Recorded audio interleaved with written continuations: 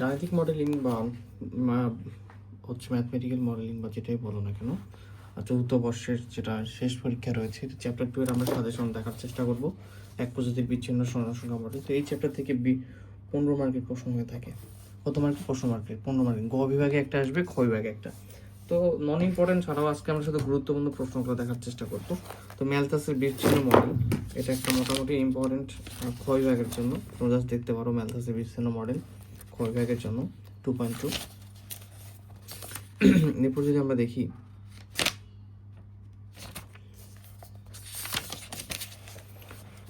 Example 1, যেটা সমস্যা 1 রয়েছে, মোস্ট ইম্পর্টেন্ট একটা প্রশ্ন, ঠিক আছে? কি এটা মোস্ট ইম্পর্টেন্ট? সমস্যা 1 খ বিভাগের জন্য। এরপরে আমরা যদি দেখি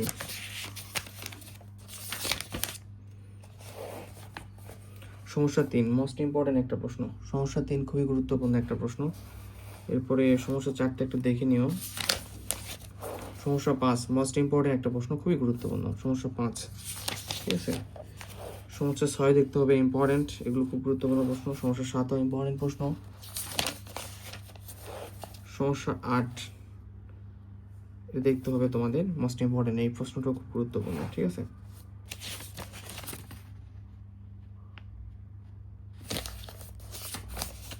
তো এখান থেকে এই মাত্র কয়টা প্রশ্ন পড়লে তোমরা কত মার্ক কমন পাবা? 15 মার্ক কমন পাবা। তো যদিও ক্লাসে মনে এটা করানো হয় নাই, এখানে একটা জিনিস রয়েছে, সেটা হচ্ছে যেগুলো তোমাদের শেষ হয়ে যায় খুব ভালো হবে। এই যে 2.6 এর যে লেখচিত্র ও বিশেষ ভারসাম্য অবস্থায় ভার স্তর স্থিতিশীলতা রয়েছে, এটা চাইলে একটু তোমরা কি করতে পারো, দেখতে পারো, ঠিক আছে?